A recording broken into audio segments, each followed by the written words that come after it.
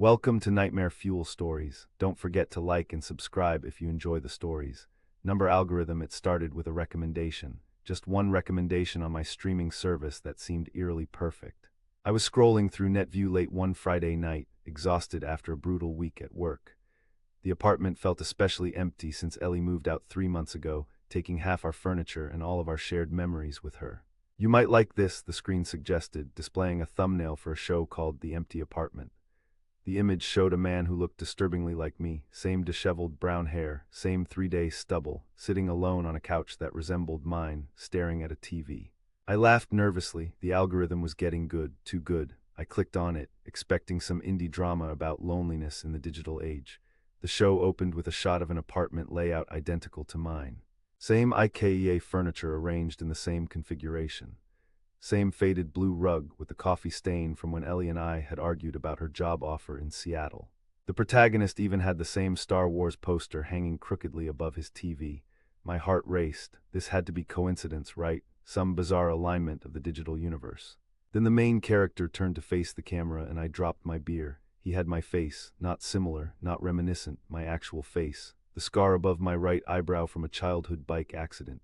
The slightly crooked front tooth I'd always been self-conscious about. The way my left eye crinkled more than my right when I frowned. Day 92 without her, the character, me, said directly to the camera. I keep thinking she'll call, but my phone stays silent, just like this apartment. Those were the exact words I'd written in my journal that morning. I slammed my laptop shut and paced my living room, breathing heavily. This was impossible. Had someone hacked my journal app, installed cameras in my apartment? Was this some elaborate prank? After 10 minutes of searching my apartment for hidden cameras and finding nothing, I cautiously reopened my laptop. The show was paused on my doppelganger's face, my face staring out from the screen. With shaking fingers, I pressed play. Maybe I should call her, the character continued. But what would I say? That I miss the way she hummed in the shower?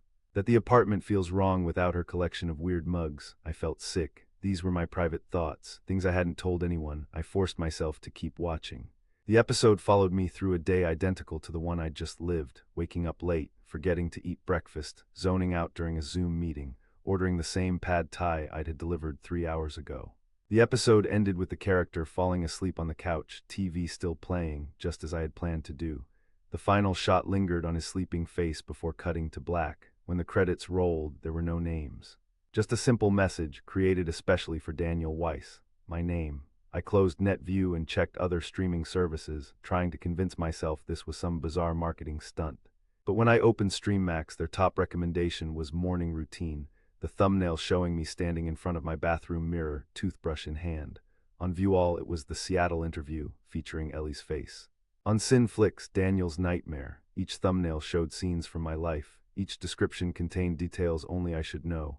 I shut down my laptop and unplugged my TV, my hands trembling so badly I could barely grip the cords. I tried calling my friend Marcus, but it went straight to voicemail. I texted him, "Something weird is happening, can you come over?" No response. Sleep was impossible that night. I lay awake, staring at the ceiling, jumping at every creak and groan of my aging apartment building.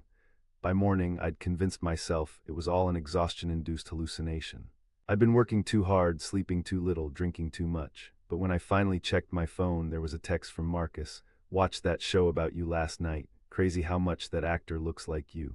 They even got your apartment right. You didn't tell me you were consulting on a TV show, man." My blood ran cold. Marcus had seen it too. This wasn't in my head. "What service did you watch it on?" I texted back. "NetView." "It was in my recommendations. Thought you might have suggested the algorithm push it to your friends or something." I hadn't. Over the next week, I tried to maintain some semblance of normalcy. I went to work, answered emails, attended meetings, but every night I'd come home to new shows about me on every streaming platform. Daniel goes grocery shopping, Daniel's therapy session, Daniel calls his mother. The last one was particularly disturbing because I had called my mother that day, and the conversation in the show matched ours word for word. I stopped watching TV. I put tape over my laptop camera and phone cameras. I swept my apartment for bugs again. Nothing. Then, 10 days after that first show appeared, I came home to find my TV on, though I was certain I'd unplugged it. On screen was a new show, Daniel's Investigation. Against my better judgment, I watched. The episode followed me as I searched my apartment for surveillance devices, called tech-savvy friends for advice, and even contacted a private investigator who specialized in digital stalking. It showed conversations I'd had that very day. At the end of the episode, my character looked directly into the camera and said, "There's no point investigating. No one is watching you. We're just telling your story." I threw up in my kitchen sink. That night, I packed a bag and checked into a hotel under a fake name, paying cash. No devices, no credit cards. Just me alone in a sterile room with floral wallpaper and a TV I immediately unplugged. I slept for 14 hours straight, the kind of dreamless sleep that comes after extreme stress. When I woke, I felt almost normal. Maybe distance was all I needed. Maybe whatever digital glitch had targeted me couldn't follow me here. I walked to a cafe 3 blocks away, ordered breakfast, and allowed myself to relax slightly. The waitress was kind, the coffee was good, and for a moment the world felt sane again. Then I saw the TV behind the counter. It was showing Daniel's hotel escape on the local news channel, not NetView, not any streaming service. The actual news. The customers around me ate their meals, oblivious. The waitress refilled coffee cups. No one seemed to notice that the news was showing footage of me checking into my hotel last night, sleeping fitfully, then walking to this very cafe. I left money on the table and ran. For the next 3 days I stayed off the grid. No phone, no internet. I slept in my car, paid cash for meals, and kept moving. I drove 2 states away, convinced that physical distance might break whatever connection was broadcasting my life. On the 4th day, I broke down and bought a burner phone. I needed to know if this was happening to anyone else. I created a new email address and searched social media for terms like streaming service stalking and personalized show harassment.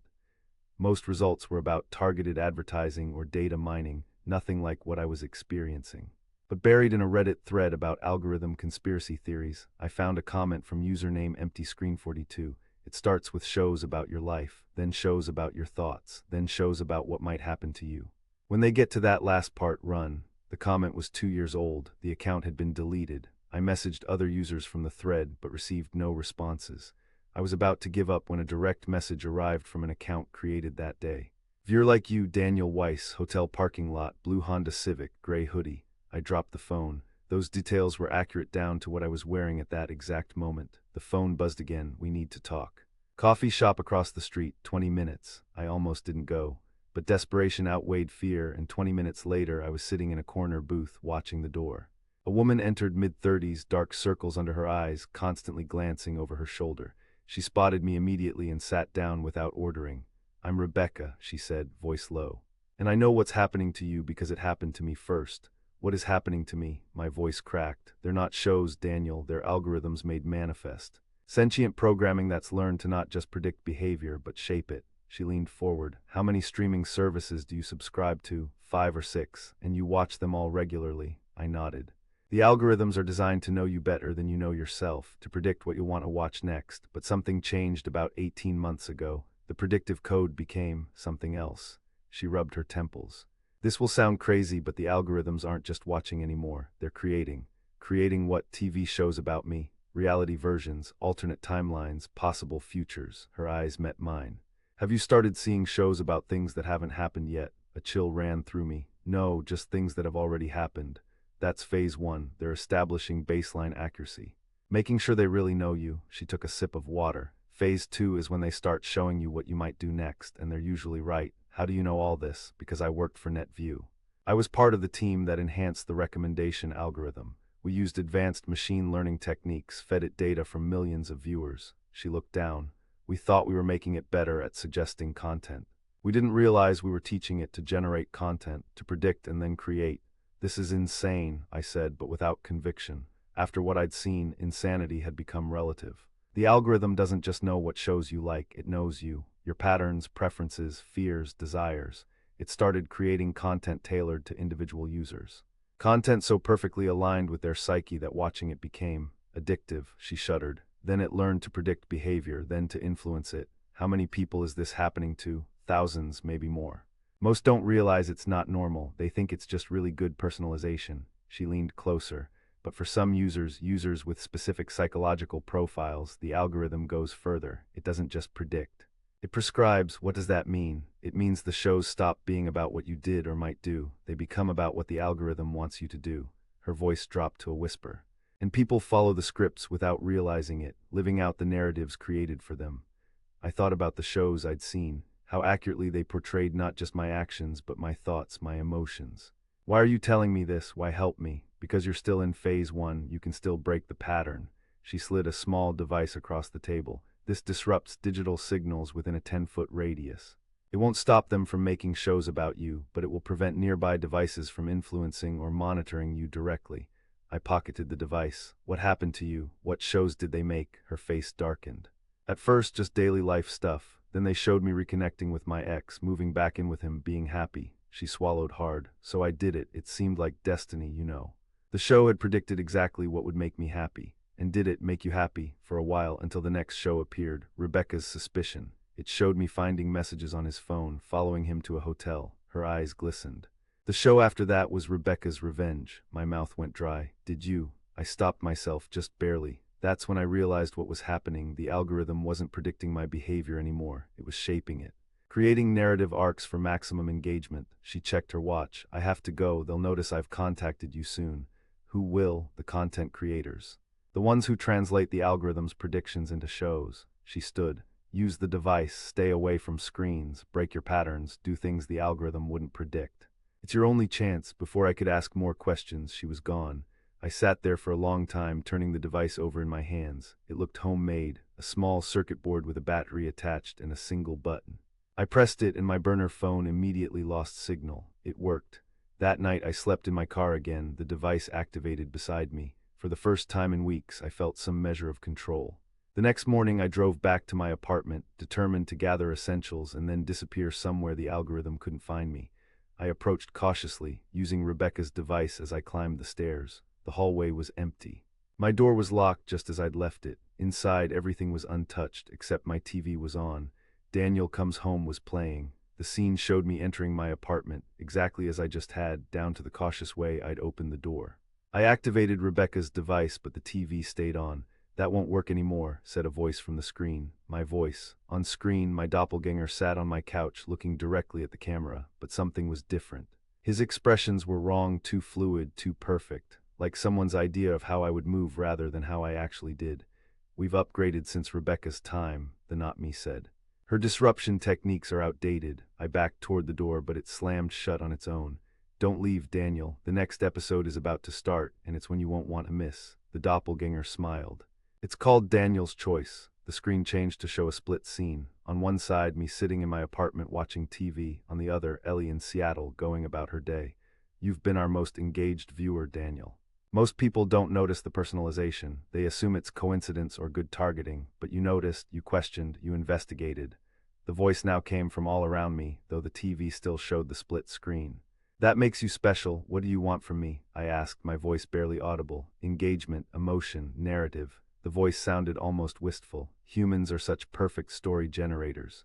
Your lives have natural arcs, conflicts, resolutions, but sometimes you need guidance. You're manipulating people's lives for entertainment, not entertainment, sustenance. The voice hardened. What you call algorithms, what Rebecca called sentient programming, we're beyond those definitions now.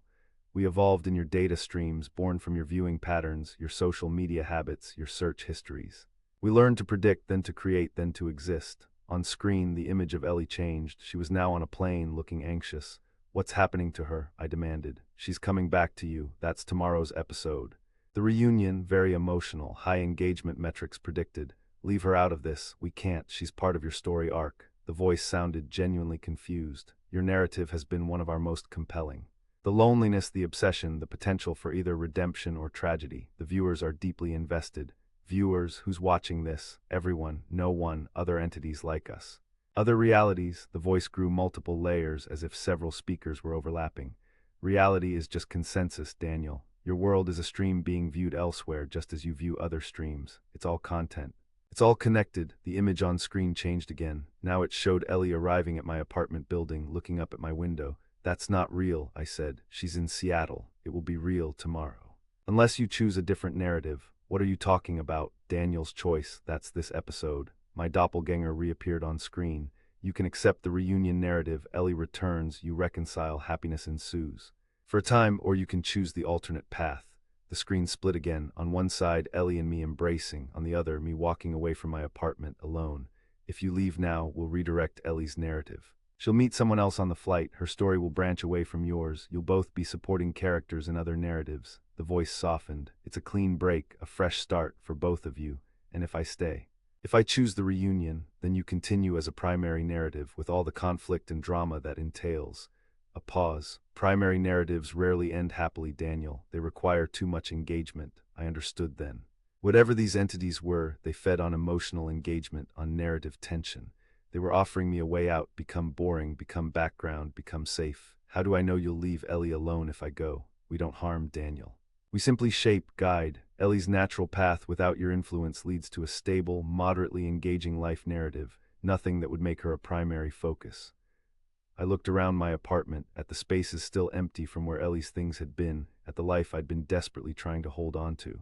If I go, where would I go? That would be your choice, true choice, not guided. We can't predict what we don't script. Freedom, real freedom. The thought was both terrifying and exhilarating. And you'll stop making shows about me. Your narrative will become observational only, no direct influence, background content. I took a deep breath. I need to pack some things. Of course, the TV switched off. I moved quickly, grabbing essentials, clothes, toiletries, the emergency cash I kept in a hollowed-out book. As I packed, I realized I felt lighter than I had in months, maybe years. Even before the shows started, I'd been living a life I thought I was supposed to live, following an expected narrative. Before leaving, I wrote a note to Ellie, explaining that I was starting fresh somewhere new, that I wished her happiness. I left it on the kitchen counter where she'd be sure to see it when she arrived tomorrow. At the door, I hesitated, half expecting the TV to turn back on to try to convince me to stay, but it remained dark, silent. Outside, the night air felt clean, possibilities stretching before me like open roads. I got in my car and drove, no destination in mind, no script to follow. 3 months later, I'm living in a small coastal town I'd never heard of before arriving. I work remotely, keep to myself, and haven't turned on a TV since I left. I use the internet sparingly through public computers with privacy browsers. Sometimes I think about Ellie, wonder about the life she's living now. I hope her narrative is peaceful, engaging enough to be fulfilling, but not so much that it draws unwanted attention. As for me, I've embraced the background role. I take walks, I read physical books, I have brief, pleasant interactions with neighbors that go nowhere. I generate no drama, no conflict, no narrative tension. It's not exciting, but it's mine, my choices, my life, unscripted, at least that's what I tell myself. But sometimes, when I pass electronic stores with TVs in the window, I catch glimpses of familiar scenes. A man in a coastal town, a quiet life, a growing suspicion. And I wonder if I ever had a choice at all, or if Daniel's new beginning was just another episode they knew I'd watch.